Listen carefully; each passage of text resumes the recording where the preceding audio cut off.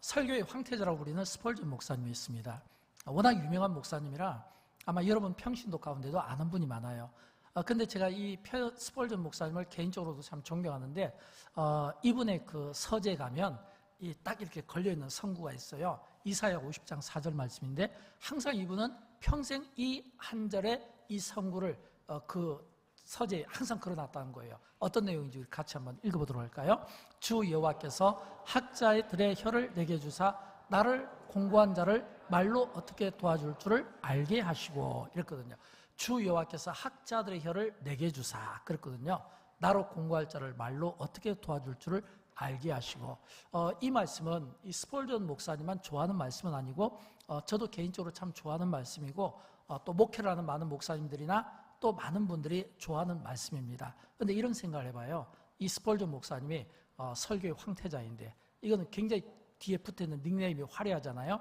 그런데 그런 분이 왜 이 말씀을 걸어놨을까, 이런 생각을 해보게 됩니다. 그러면서 저는 또 이런 생각을 해요. 아무리 설교를 잘하고 훌륭한 목사님이라 할지라도 굉장히 스피치가 좋지 않겠어요? 그럼에도 불구하고 이분의 고민 가운데 하나는 말이 아닐까. 왜냐하면 말을 많이 하니까 말에 대한 많은 고민들이 있지 않을까 하는 이런 생각을 가져가 보게 되는 겁니다. 사랑하는 여러분, 이 말은, 이 혀는 하나님께서 우리 인간에게 주신 최고의 선물이고 은사라고 생각합니다. 하나님께서 이 정말 아주 작은 이런 혀잖아요, 말. 근데도 불구하고 이 말을 줌으로써 우리가 얼마나 편리한 소통을 되깁니까? 만약에 우리 한국 분들이 외국에 나가면 제일 잘하는 게 있잖아요.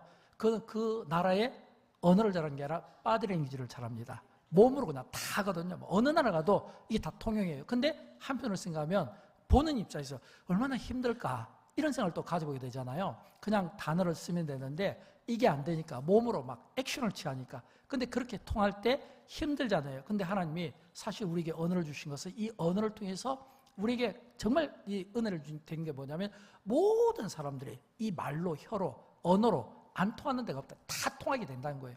그러니까 이 말을 바꿔 이야기하면 우리의 말이, 우리의 언어가 사실은 굉장히 중요한 역할을 하는 거예요. 왜냐하면 나의 말 한마디가 인생의 어떤 삶에 있어서 위기를 맞을 수도 있고 아니면 행운을 얻을 수도 있기 때문에 그렇습니다. 우리 속담에도 이런 말이 있잖아요. 말 한마디가 천냥빚을 갚는다, 이런 말이 있잖아요. 그러나 또 반대로 이야기하면 그 말 한마디가 평생 그 사람을 왼수로 또 만든다, 이런 말도 있거든요. 사랑하는 여러분, 여러분의 언어 생활은 어떻습니까? 저는 이 시간 여러분의 그 언어 생활을 한번 점검하는 시간이 되면 좋겠어요. 그러면 먼저 성경에서 말하는 이 언어는 어떤 특징을 가지고 있을까요? 보통 우리가 성경에서 말하는 언어 또는 말에 대해서 세 가지 공통점이 있습니다. 첫째는 뭐냐면 이 말이 위력이 너무 강하다는 거예요. 위력이 강하다는 거예요. 왜냐하면 하나님께서 우리에게 말을 줄 때는 이건 소통의 은사고, 이 말을 통해 우리에게 다양한 어떤 지식 전달을 주는데, 근데 이 말의 위력이 얼마나 강하냐면 우리가 조금 전에 읽었던 잠언 15장 4절은 이렇게 이야기합니다. 우리 같이 다시 읽어볼까요? 온순한 혀는 곧 생명나무이지만 패역한 혀는 마음을 상하게 하느니라. 아멘. 여러분, 이 말씀은 한 절이지만 사실 이 말씀이 굉장히 중요해요. 왜냐하면 온순한 혀와 패역한 혀입니다. 온순한 혀는 생명나무지만 패역한 혀는 마음을 상하게 하느니라. 여기서 이 온순한 혀라는 것은 부드러운 말, 따뜻한 말을 이야기하는 겁니다. 그래서 생명나무인 거예요. 우리가 부드럽고 따뜻하다는 것은 어떤 의미일까요? 예를 들어서 환자에게 치료가 필요하잖아요. 그 치료가 필요한 환자에게 부드럽고 따뜻한 말은 빠른 회복을 주지 않습니까? 마음에 상처가 있어요. 근데 이 상처 입은 사람에게 이 부드럽고 따뜻한 말은 그 상처가 치유되지 않겠습니까? 이런 것처럼 이 온순한 혀는 우리가 어떤 사람에 대해서 부드럽고 따뜻한 이야기를 함으로써 그 사람을 위로하고 격려하고 세워주고 칭찬하고 축복하는데 쓰임을 받는 겁니다. 그러니까 생명나무인 거예요. 그러면 여러분, 이번에는 대조적으로 패역한 애는 뭘까요? 이 패역한 애는 마음을 상하게 한다고 했는데, 이 패역한 애는 정직하지 못한 언어, 거짓말을 이야기하는 거예요. 정직하지 못한 말 또는 거짓말, 또 이 정직하지 못한 말, 이 거짓말이 우리 영혼에 상처를 입히고 우리의 영혼을 피폐하게 만들 수가 있다라고 하는 겁니다. 근데 여러분 아시죠? 인간은 습관에 의해서 움직이는 존재라는 거예요. 그래서 인간은 우리가 행동하고 말하고 또 우리가 어떤 태도가 보면 대부분 다 습관이거든요. 그러니까 이 습관이 어렸을 때부터 어떻게 세워지냐에 따라서 사실은 우리의 언어가 방향이 달라질 수 있는 거예요. 긍정적인 언어를 쓴 사람은 항상 긍정적이고 부정적인 언어를 쓰는 사람은 항상 부정적이고, 그러다 보니까 이게 좀처럼 조율이 잘 되지 않아요. 근데 여러분, 저는 오늘 이 시간 여러분 축복하고 싶어요. 할 수만 있으면 저와 여러분의 언어가, 특별히 추석 명절이잖아요. 추석 명절에 서로 사랑하는 가족들과 함께 모이는 이 자리에서 많은 덕담들이 오고 갈 때, 저는 부부간에, 부모 자녀간에, 또는 손주와 할아버지 할머니 간에 이 온순한 이 혀를 통해서 세워주고 부드럽고 따뜻한 말을 통해서 위로하고 격려하는데, 저와 여러분의 이 혀가 아름답게 쓰임받기를 주님의 이름으로 축원드립니다. 그러나 여러분, 반드시 경계를 하셔야 될 게 있어요.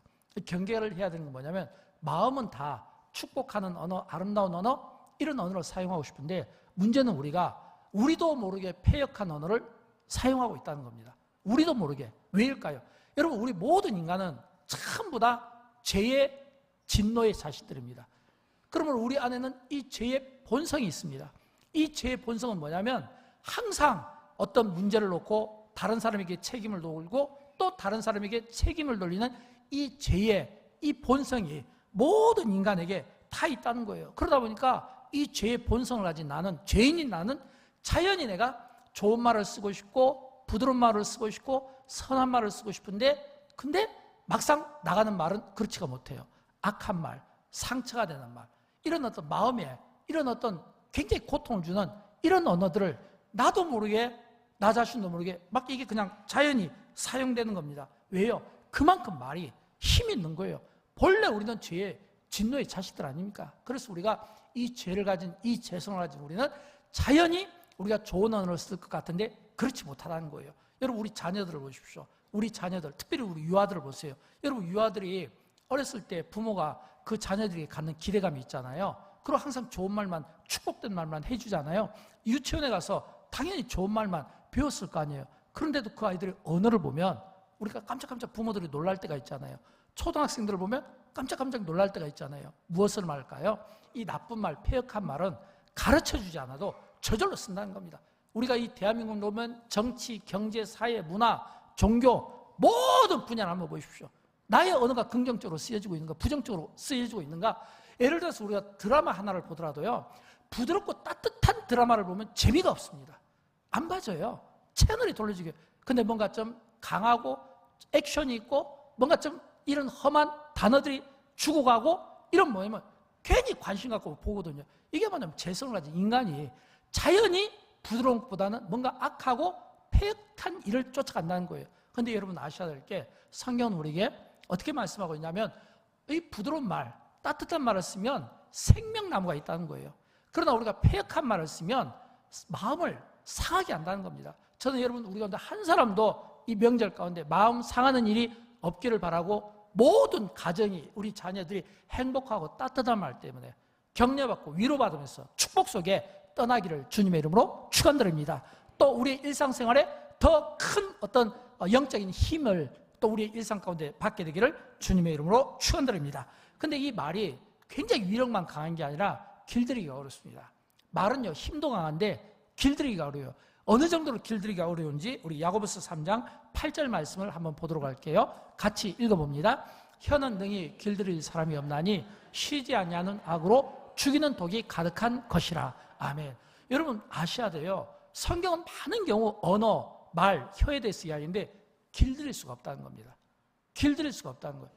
길들일 수가 없고, 오히려 혀는 쉬지 아니하는 악이고 죽이는 독이 가득한 것이라.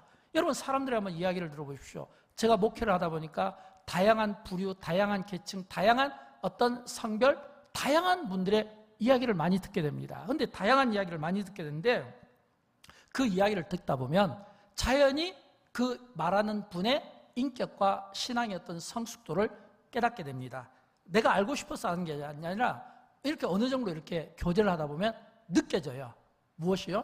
진심인지 아닌지, 진심인지 거짓인지, 이게 느껴지는 거예요. 여러분, 우리는 많은 경우 이렇게 이야기할 때 보면 말 잘하시는 분, 또는 스피치가 좋으신 분, 또는 언어 훈련이 받은 분들, 또는 뭔가 교육을 많이 받은 분들, 이런 분들의 이야기는 무조건 막 이렇게 좀 믿고 싶은 이런 마음이 있잖아요. 믿지 마십시오. 무조건 믿으면 안 되는 거예요. 왜냐하면 오히려 그런 분일수록 더 위험한 거예요. 왜요? 본인들이 교만하거든요. 내 말은 옳을 거라고 생각하고 내 말은 진심일 거라고 생각하고, 그런 전제에서 이야기하면 오히려 더 위험할 수가 있는 거예요. 그런데 가만히 대화를 들어보면 그 대화 속에 진짜 진심이 없는지 이 이야기가 가짜인지, 아니면 가짜가 진짜로 포장되어 있는지, 아니면 그 언어가 좀 약해 보이고 부족해 보이지만 그 안에는 진심이 있는지, 저는 여러분 우리가 신앙생활하면서 이런 이 언어에 대한 분별력을 갖기를 바랍니다. 이런 분별력 속에 살았으면 좋겠어요. 왜요? 앞에서 말씀드렸잖아요. 혀는 능히 길들일 수 없다는 거예요. 혀는 능히 길들일 수 없다는 거예요. 혀가 길들여지지 않는다는 겁니다. 여러분, 우리가 많은 경우 죄를 지을 때요, 그래서 눈이 죄를 짓습니다. 시각으로 지을 수 있거든요. 손이 죄를 지을 수 있어요. 뭔가 만지는 것으로. 발이 어떤 범죄 현장으로 갈 수 있잖아요. 근데 여러분 아셔야 될 게, 눈이나 손이나 이 발은 통제가 가능합니다. 통제가 가능해요. 그러니까 내가 죄를 지어야 되는 어떤 상황이 있어도 브레이크를 밟을 수 있다 이거예요. 근데 말은 그게 잘 안 돼요. 왜냐하면 이 말은 브레이크가 없어요. 그래서 우리는 말을 할 때 항상 하나님께 지혜를 구해야 돼요. 왜냐하면 성경에 보면 말에 대한 이야기가 많이 나오거든요. 근데 이 말이 얼마나 악한 말인가라고 하는 것을 제가 이렇게 좀 정리를 해봤는데 좀 읽어드리겠습니다. 제가 읽어보면, 말에 보면 악한 말, 거짓말, 사악한 말, 지저분한 말, 왜곡된 말, 교묘한 말, 비꼬는 말, 아첨하는 말, 누르는 말, 수군거리는 말, 험담하는 말, 하나님을 못 오가는 말, 어리석은 말, 불평불만하는 말, 저주하는 말, 싸우는 말, 음란하는 말 등도 있다는 거예요. 지금 여러분 제가 읽어드린 거 보면 다 좋은 이야기 아니잖아요. 좋은 말 아니잖아요. 근데 우리 몸의 혀는요, 손바닥만 합니다. 더 작을 수도 있어요. 이 말은 우리 신체의 100분의 1 또는 한 200분의 1이나 될까요? 작지만 이 혀가 가진 이 힘이 얼마나 강하냐면 말 한마디로 사람을 죽이기도 하고 살리기도 하잖아요. 그만큼 혀는 강한 겁니다. 그리고 이 혀는 길들이지를 못한다 이거예요. 길들이지를 못하는 거예요. 그래서 우리는 언어를 사용할 때 예수님께서 언어에 대해서 어떤 정의를 주셨는가, 이 정의가 중요해요. 예수님의 정의를 보겠습니다. 마태복음 12장 37절 말씀인데 같이 읽어봅니다. 내 말로 의롭다함을 받고 내 말로 정죄함을 받으리라. 아멘. 이 말은 뭐냐면 나의 말로 의롭다함을 받을 수도 있지만 나의 말로 정죄함을 받을 수도 있다는 겁니다. 이 말은 내가 말하는 것에 대해서 의롭다함을 받기도 하고 정죄함을 받기도 한다는 거예요. 이게 지금 누구의 얘기냐면 예수님의 이야기입니다. 그렇다면 우리는 이 말씀을 딱 붙잡고 무슨 생각이 되냐면, 내가 말할 때 나의 말이 하나님께 의롭다함을 받을 수 있지만 나의 말이 하나님 앞에 정죄함을 받을 수 있다는 겁니다. 그러면 우리의 말이, 나의 말이 정죄함을 받지 않도록 하기 위해서는 뭐가 필요할까요? 지혜가 필요한 거예요. 지혜가 필요한 거예요. 그러나 현실은 우리가 지혜가 필요하지만 현실은 이 지혜를 사용하기가 매우 어렵습니다. 왜일까요? 왜 사용하기가 어려울까요? 모든 사람은 말을 할 때 항상 그 기준이 어디에 있냐면 자신에게 있습니다. 사람들은 말할 때마다 전부 다 기준을 자기에게 둡니다. 자기 기준이고 자기 생각이 기준이고 자기 판단이 기준이고 자기 해석이 기준입니다. 그러다 보니까 전부 기준을 자기에게 두니까 내가 하는 말은 전부 다 옳은 거예요. 여러분 이런 생각을 한번 해보셨나요? 나의 말의 이 기준이 나인가 하나님인가? 근데 제가 만난 분들, 제가 대화를 나눈 분들은 전부 다 그 기준이 나입니다. 내가 기준인 사람의 특징은 뭐냐면 항상 가르치고 판단하고 정죄하려고 합니다. 내가 기준이니까 그래요. 여러분 근데 이런 이 기준이 왜 나일까요? 그것은 성경을 우리가 거슬러 올라가면 인간이 앞에서 말했잖아요. 모든 인간은 전부 다 죄의 영향력 아래 있고 이 모든 인간은 다 그 근본이 이 죄로부터 시작한다는 거예요. 어디에서부터? 에덴 동산을 보십시오. 아담과 하와가 범죄했을 때 아담이 하나님 앞에서 뭐라고 했습니까? 하나님께 그 죄를 돌린 거예요. 하나님이 이 여자를 만들어 주셨지 않냐고. 그리고 그 다음에 누구에게 죄를 돌렸냐면 여자에게 돌린 겁니다. 하나님이 만드신 여자라고. 이 말은 뭐냐면 아담이 기준을 자기에게 두니까 자기의 과실은 인정하고 싶지 않은 거예요. 그러니까 누구에게 두냐면 하나님이 했잖아요. 만들어 주셨잖아요. 하나님이 여자를 만들어 주셨잖아요. 여러분 우리가 가나안 12정탐꾼이 있잖아요. 그 12정탐꾼 가운데 10명이 돌아왔을 때 부정적인 보고를 했거든요. 그때 그들이 어떻게 보고했습니까? 하나님께 원망했거든요. 그리고 그 다음에 지도자 모세에게 원망했거든요. 왜요? 기준이 자기니까. 우리는 많은 경우 우리가 언어 생활을 할 때 우리의 언어가 그 기준이 하나님께 있다는 거예요. 근데 우리는 절대로 하나님께 기준을 두고 판단하지 않습니다. 성경은 우리에게 판단하지 말라고 했어요. 비판하지 말라고 했어요. 근데도 불구하고 우리는 이 언어를 가지고 판단하고 비판하는 거예요. 왜일까요? 기도를 하지 않으니까 그래요. 왜일까요? 하나님과 대화를 하지 않으니까 그래요. 여러분 우리가 하나님과 대화를 한다면 얼마나 좋을까요? 행복할까요? 우리는 많은 경우 우리가 기도를 이야기하지 않습니까? 여러분, 이 기도 가운데는 하나님과 대화가 있는 거예요. 기도 가운데는. 여러분, 하나님께서 우리에게 입을 주시고 우리가 이 언어를 주신 거, 혀를 준 거는 사람과 소통하라고만 준 건 아니에요. 우리가 사람끼리도 소통이 필요하지만 하나님과도 소통이 필요하잖아요. 여러분, 우리가 기도할 때 어떻게 합니까? 입으로 기도하잖아요. 우리 안에 있는 생각과 마음을 전부 모아서 입으로 우리가 하나님께 토해내잖아요. 그러니까 이 혀라는 것은 사람끼리도 교제를 위해서 필요하지만 하나님과도 교제를 위해서 필요한 거예요. 그런데 우리는 사람끼리의 교제를 위해서 언어를 사용하고 하나님께는 사용하려고 하지 않는 거예요. 이 말은 뭐냐면 하나님의 언어를 배우지 않는다는 겁니다.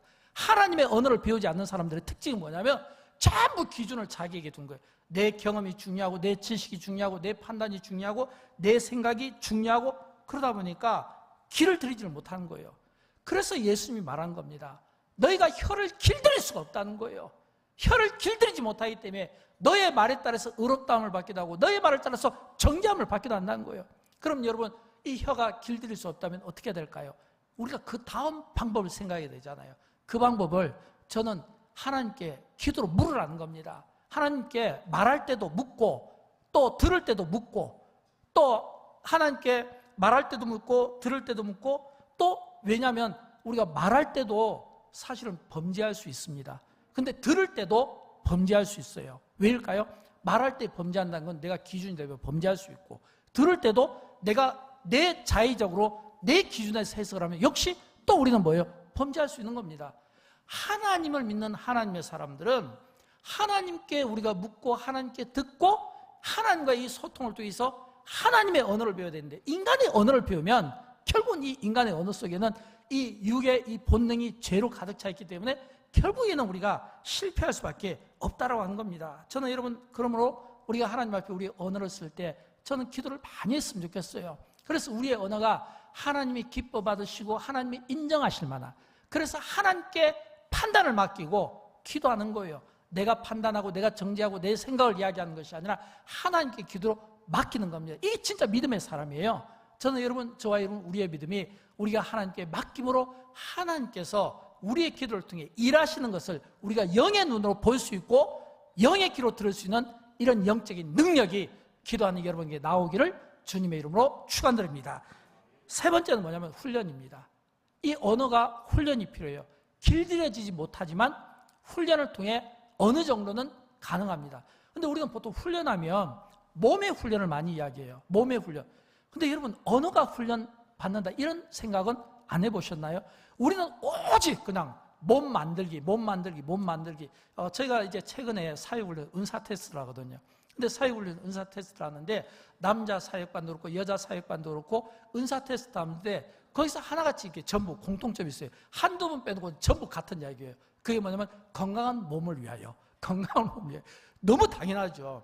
제가 잘못됐다는 게 아니라 건강한 몸을 위하여, 이거는 맞는 말이에요. 우리는 건강한 몸을 위하여 운동도 하고 또는 우리가 어떤 운동기구를 가지고 또 쓰기도 하고 건강한 몸을 위하여 뭐 이렇게 달리기도 하고 여러 건강한 몸을 위하여 뭐 좋은 약도 먹고 그러잖아요.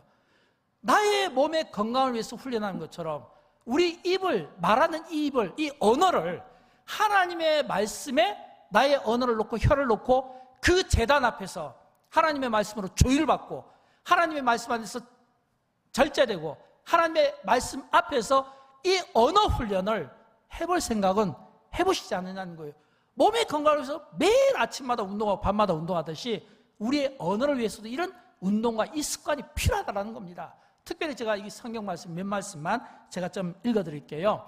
잠언 13장 3절에 보면 입을 지킨 자는 자기의 생명을 보존하나 입술을 크게 벌린 자에게는 멸망이 오느니라.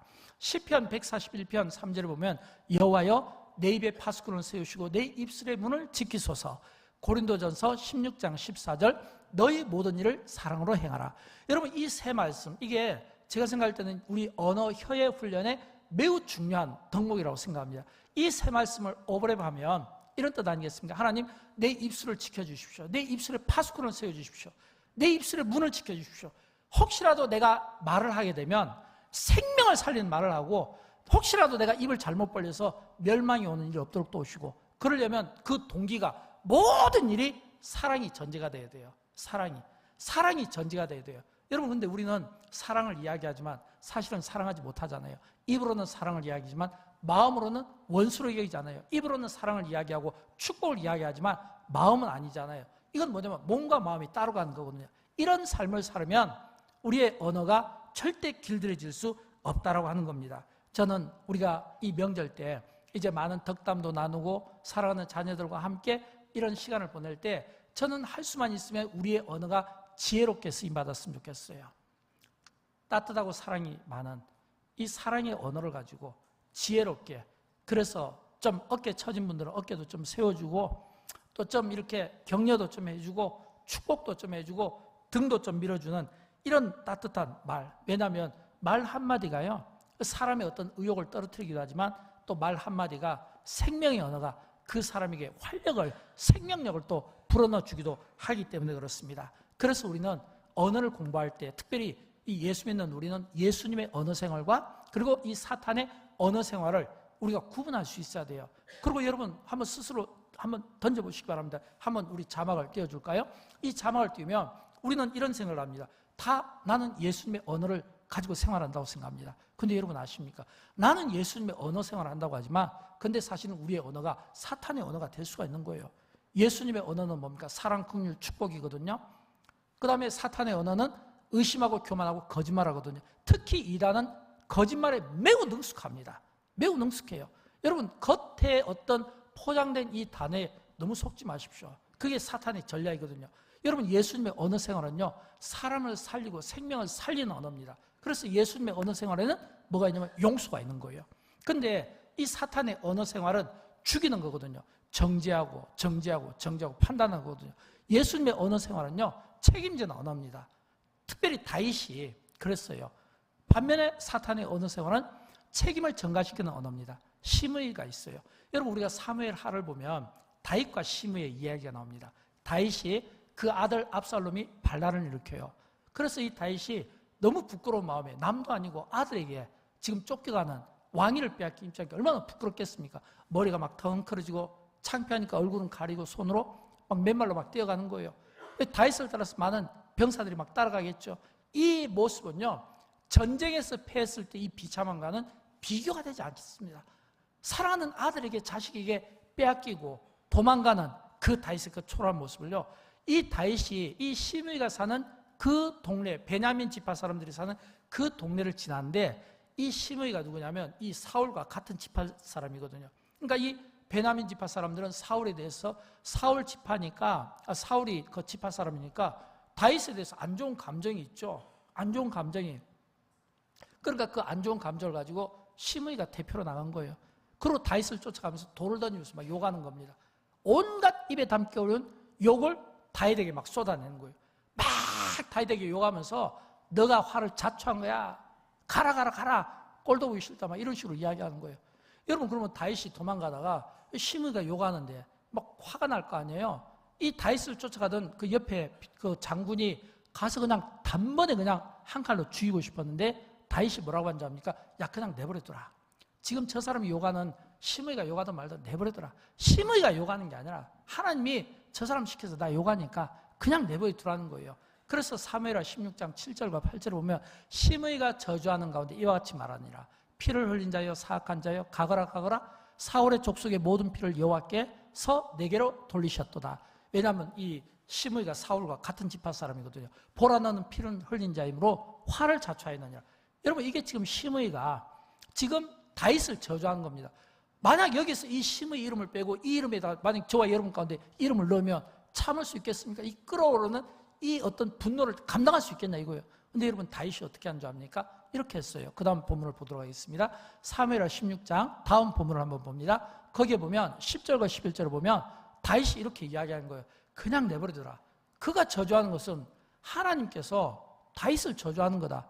그러니까 아니 내 몸에서 난 아들도 내 생명을 해하려고 하는데 하물며 이 베냐민 사람이라 여호와께서 그에게 명령하신 것이니 그가 저주하도록 내버려두라. 이 말은 뭐냐면 그냥 저주하도록 내버려두고 간섭하지 말고 그냥 가자라고 하는 거예요. 여러분 이게 다윗의 마음입니다. 무엇을 말할까요? 지금 이 다윗은 어떤 마음을 가지냐면 그를 욕하고 시기하고 저주하는 사람까지도 용서하고자 하는, 품고자 하는 마음, 이게 뭐냐면 생명의 언어라는 거예요. 예수님의 언어가 이런 언어잖아요. 그러니까 예수님께서 우리의 죄를 대신해서 십자가에서 죽어주신 거 아닙니까? 그러나 시므이는 달라요. 끝까지 저주를 한 겁니다. 근데 여러분 아십니까? 이 압살롬, 이 반란이 딱 마무리되고 다시 예루살렘 성으로 들어갈 때 또 한 번 거기를 지나가야 되잖아요. 그때는 시므이가 앞에 나와서 무릎을 꿇습니다. 용서를 구합니다. 그때 또 이 다윗에 따르는 이 장군들이 이 화가 안 풀리니까 단칼에 죽이려고 하는데 그때 다윗이 뭐라고 한지 압니까? 사무엘아, 거기에 보면 이렇게 이야기해요. 19장 23절에 보면 왕이 시므에게 이르되 내가 죽지 아니하리라. 내가 죽지 아니라. 이 말은 뭐냐면 죽이지 않겠다는 겁니다. 여러분 다윗은 그가 언어를 쓴다는 것은 이거예요. 우리는 많은 경우 우리가 언어를 생각할 때 이 언어가 그 기준이 나의 언어인지 하나님의 언어인지 이걸 봐야 돼요. 우리는 많은 경우 우리가 언어를 쓸 때 다 나의 언어를 쓰거든요. 근데 지금 다윗이 다윗일 수 있었고 그가 하나님의 마음에 합할 수 있었다는 것은 그가 일어나는 일련의 모든 사건에 있어서 행복과 불행과 관계없이 하나님의 생각에서 하나님의 관점에서 그 기준에서 보니까 내가 저주받는 것도 하나님이 허락하신 것이고 또 내가 다시금 살아난 것도 하나님이 허락하시고 생명의 생사권을 주신 분은 하나님이신데 시므이를 죽이지 않겠다는 겁니다. 여러분 무엇을 말할까요? 영적인 의미로 보면 전부 하나님의 백성이잖아요. 영적인 눈으로 보면 하나님의 백성이잖아요. 인간적인 눈으로 보면 공동체잖아요. 다시 말하면 이 다윗과 시므이 이 사건을 통해 우리에게 들려주고 싶어하는 메시지는 영적으로 보면 우리는 하나님의 자녀라는 겁니다. 하나님의 자녀끼리는 서로 싸우는 게 아니에요. 인간적인 관점에서 보면 우리는 교회 공동체라는 이 교회 공동체 또는 가정 공동체 또는 직장 공동체 또는 일터 공동체 이런 이 공동체에서 우리는 서로 세워주고 서로 살려주고 붙잡아주는 존재이지 서로 피차간에 상처를 주고 서로 피차간에 괴롭히는 마음을 상하게 하는 이런 존재가 아니라는 거예요. 하나님께서 우리 인간을 창조하실 때 목적이 뭐예요? 목적은 에베소서 2장 10절에 보면 그리스도 예수 안에서 선한 일을 위하여 우리가 지음을 받았다는 겁니다. 그리스도 예수 안에서 선한 일을 위하여. 이 말은 뭐냐면 우리 한 사람 한 사람이 다 선한 일을 위하여 하나님의 영광을 위하여 우리가 지음을 받았다는 겁니다. 그래서 우리는 항상 우리의 언어가 뭐냐면 하나님의 영광을 위하여 선한 일을 위하여 지음받은 우리가 우리의 언어를 쓸 때는 긍정적인 언어를 써야 되는 거예요. 여러분 우리가 부정적인 언어를 쓰면요 사탄이 내 안에 들어온 거예요. 사탄이 내 안에 들어오는 거예요. 사탄을 내 안으로 끌어들이는 거예요. 여러분 언어가 어때요? 여러분 언어 가운데 부정적인 말 안 씁니까? 거짓말 하십니까? 남을 흉보합니까? 남을 비판합니까? 비난합니까? 정죄합니까? 그 기준이 누구예요? 내가 기준이면 사탄을 내 안에 끌어들이는 거예요. 그러나 그 기준이 하나님의 기준이면요 내 안에 긍정적인 이 사고를 통해서 사탄이 내 안에 들어오지 못하도록 차단하는 역할을 하는 겁니다. 이게 말의 힘이에요. 저는 여러분 우리가 이런 이 추석이 명절 때 제가 좀 이렇게 말에 대한 좀 설교해서 어떤 분에게는 좀 너무 힘들다 이렇게 이야기할 수 있지만 근데 한번 여러분 생각해 보십시오. 우리가 살아가면서 우리가 밥을 안 먹고 살 수 없듯이 우리가 말하지 않고는 살 수 없고 우리가 입으로 들어가는 음식보다 몸에서 나오는 말이 우리가 입으로 들어가는 음식보다 몇 배로 많을 거예요. 우리가 살아가면서 아무리 내가 이야기를 하지 않는다 하더라도 우리는 너무너무 많은 이야기들을 하고 있습니다. 혼자라도 독백을 하는 거예요. 그래서 말이 죄를 짓는 것을 통제할 수 없다는 건 바로 이거예요. 혼자라도 독백으로 우리가 악한 말을 할 수 있고 악한 생각을 할 수 있기 때문에 그렇습니다. 그래서 우리는 할 수만 있으면 우리의 언어가 어떻게 되냐면 생명을 살리는 언어, 예수님의 언어로 바뀌어야 되는 거예요. 저는 여러분이 사용하시는 모든 언어가 사람을 살리는 생명력 있는 이런 생명의 언어로 저와 여러분이 쓰임받기를 주님의 이름으로 축원드립니다. 그렇게 쓰임받았으면 좋겠어요. 왜 제가 이 말씀을 드릴까요? 우리는 너무 약합니다. 우리는 너무 약해서 넘어집니다. 우리는 너무 약해서 실수합니다. 여러분 우리가 이 세상에 살면서 실수를 안 할 수가 없어요. 그래서 야고보서에 보면 3장 2절에 이런 말씀이 나오잖아요. 우리 같이 한번 읽어보도록 할까요? 우리가 다 실수가 많으니 만일 말에 실수가 없는 자라면 곧 온전한 사람이라. 그렇거든요. 우리가 다 실수가 많으니. 여러분 내가 온전하다고 생각하지 마십시오. 나는 아니라고 생각하지 마십시오. 우리는 실수가 많습니다. 특별히 말에 실수가 많습니다. 제가 생각할 때 제 경험에 의하면 말의 실수가 제일 많은 사람은 누구냐면 좀 사회적으로 공인들 있잖아요. 목사님들이라든지 아니면 정치인이라든지 아니면 뭔가 좀 사회적으로 영향력 있는 사람들, 아니면 굉장히 강한 스피치를 가진 사람이든지 아니면 대중적인 사람들, 이런 사람들이 사실은 말의 실수가 진짜 많습니다. 왜일까요?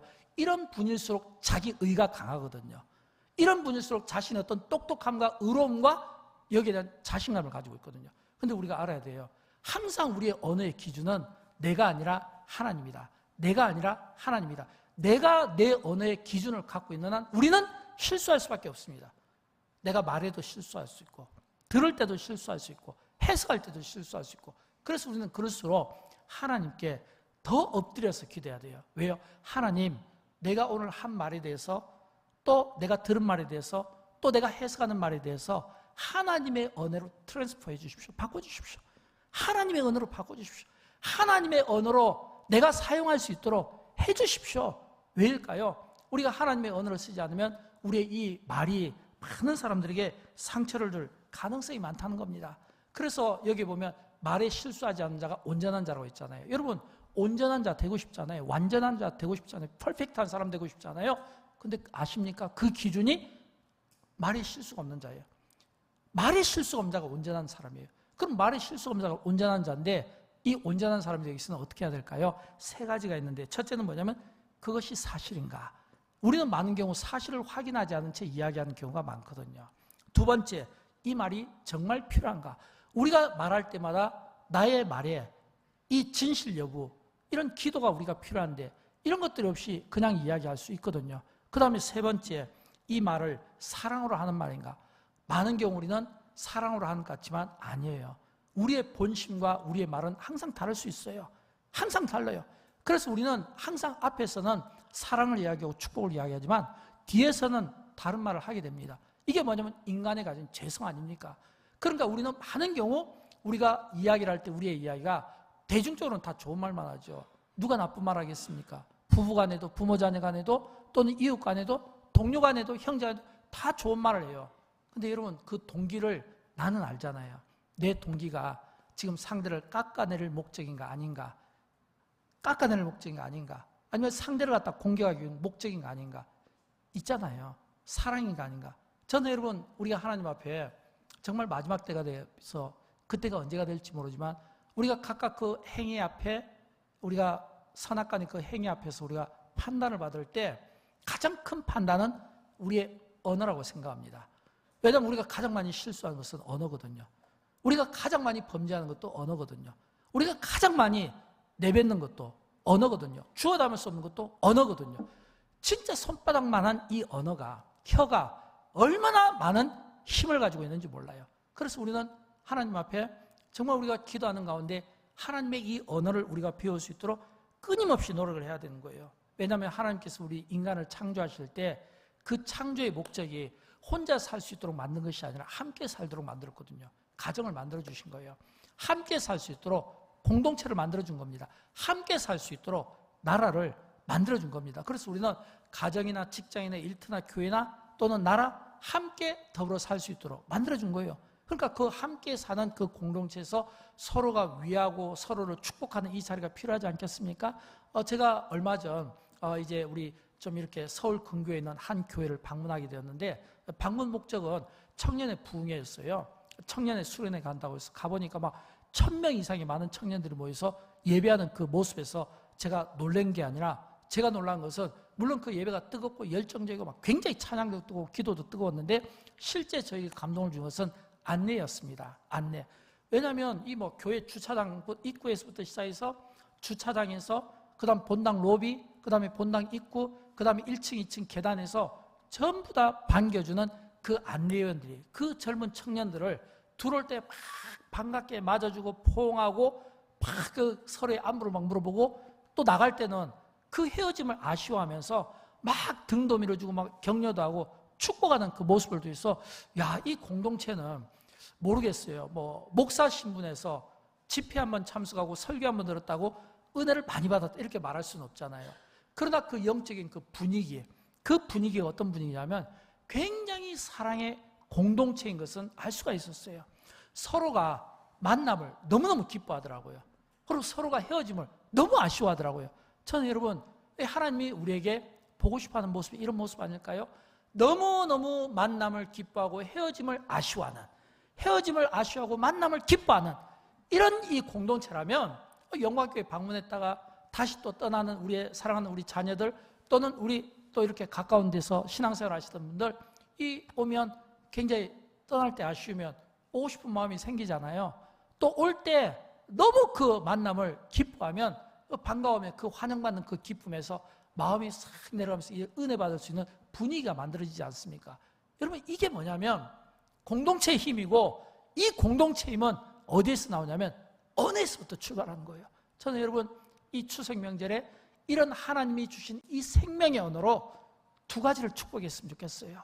첫째는 이 생명의 언어를 가지고 하나님의 이름으로 축복하십시오. 우리가 잘 아는 민수기 6장 24절부터 26절 말씀 있잖아요. 이 말씀은 제가 너무 좋아합니다. 결혼식 때도 제가 이 말씀을 많이 증거하고요. 또 아이들 돌 예배 때도 많이 증거하고 가정에 가면 이 말씀을 많이 증거합니다. 두 번을 해주십시오. 한 번은 이 말씀을 읽어주고 한 번은 이 말씀에서 자녀들의 이름을 넣어주시고 그렇게 축복해 주시면 여러분의 믿음대로 될 줄로 믿습니다. 우리 같이 한번 읽어보도록 할까요? 여호와는 내게 복을 주시고 너를 지키시기를 원하며 여호와는 그의 얼굴을 내게 비추사 은혜 베푸시기를 원하며 여호와는 그 얼굴을 내게로 향하여 드사 평강 주시기를 원하노라 할지니라. 아멘. 예, 이 축복이 필요합니다. 하나님의 이름으로 여호와의 이름으로 축복해 주십시오. 그 다음에 두 번째는 여러분 희망의 메신저가 되어 주십시오. 사람들은 위기를 만나면 어려움을 만나면 그 위기와 어려움 속에서 제일 먼저 잃어버리는 게 뭐냐면 희망입니다. 희망이라는 끈을 놓게 됩니다. 그리고 현실주의자가 되는 거예요. 그래서 뭔가 현실에 안주하고 의탁하고 싶어하는 그런 마음들이 들어가게 되는 겁니다. 그러나 하나님의 사람들은 미래를 볼 수 있어야 돼요. 미래를 볼 수 있어야 돼요. 아무리 어렵고 고난이고 위기에 따라 할지라도 미래를 볼 수 있어야 돼요. 여러분 그 미래가 뭘까요? 저는 그 미래를 로마서 8장 18절 말씀이라고 생각합니다. 우리 같이 읽어보도록 할까요? 생각하건대 현재의 고난은 장차 우리에게 나타날 영광과 비교할 수 없도다. 아멘. 저는 이게 하나님의 사람이 갖는 미래라고 생각합니다. 현재는 고난이지만 그러나 하나님의 사람들은 미래를 보는 사람은 나타날 영광과 비교할 수 없도다. 이거는 미래거든요. 현재는 고난이지만 나중에는 영광이고 현재는 어렵지만 나중에는 이게 미래다라고 하는 것입니다. 저는 기도하면서 그런 생각을 많이 합니다. 요즘에 기도 제목들이 참 많은 것 같아요. 늘 있는 기도 제목이지만 병자들이 많은 것 같아요. 수술을 앞두고 수술하고 치료 중에 있고 회복 단계에 있고 그리고 많은 병자들이 있어요. 이런 많은 이 병자들을 보면서 참 이렇게 하나님께서 이렇게 참 많은 아픈 분들을 주셨구나. 이런 이 기도가 제 안에 있습니다. 또 그런가 하면 또 시련에 빠진 분들, 영적으로 공고한 분들도 있고 이런저런 어려움을 가지고 많은 상처받은 영혼들을 보게 됩니다. 상처받은 영혼들, 상처받은 육신들, 상처받은 영혼들, 상처받은 육신들 이분들이 전부 뭐냐면 저에게 기도 제목이에요. 그런데 이런 이 기도 제목을 가지면서 기도할 때 제 안에 이런 생각이 있어요. 하나님 내가 기도하고 축복하면 될 줄로 믿습니다. 하나님 내가 기도하고 축복하면 그 사람의 인생의 반전이 일어날 줄 믿습니다. 내가 하나님 기도하고 저를 축복하면 저 사람의 운명이 바뀔 줄 믿습니다. 이런 마음이 있습니다. 목사가 이런 마음으로 기도하죠. 목사가 이런 마음으로 자녀들을 놓고 또 이런 마음으로 성도들을 놓고 하나님 오늘 암교회 성도님을 위하여 진심으로 기도를 드리고 싶고 그리고 그 영혼이 잘 되기를 축복합니다. 라면 그 기도와 축복을 받은 그 영혼의 운명이 바뀐다는 거예요. 상처들이 회복되지 않습니까? 마음의 상처들이 회복되고 병든 육신들이 치유받지 않습니까? 왜냐하면 이게 언어의 힘이거든요. 된다 하면 되는 것이고 안 된다 하면 안 되는 것이잖아요. 저는 할 수만 있으면 된다 할 수 있다 하면 된다라는 이런 하나님의 언어가 저와 여러분의 삶 속에 많이 쓰기를 진심으로 축복합니다. 왜냐하면 나는 실수해도 하나님은 실수하지 않아요. 나는 넘어져도 하나님은 나를 일으켜 주십니다. 내가 쓰러지고 싶어도 하나님은 나를 붙들어 주시는 분입니다.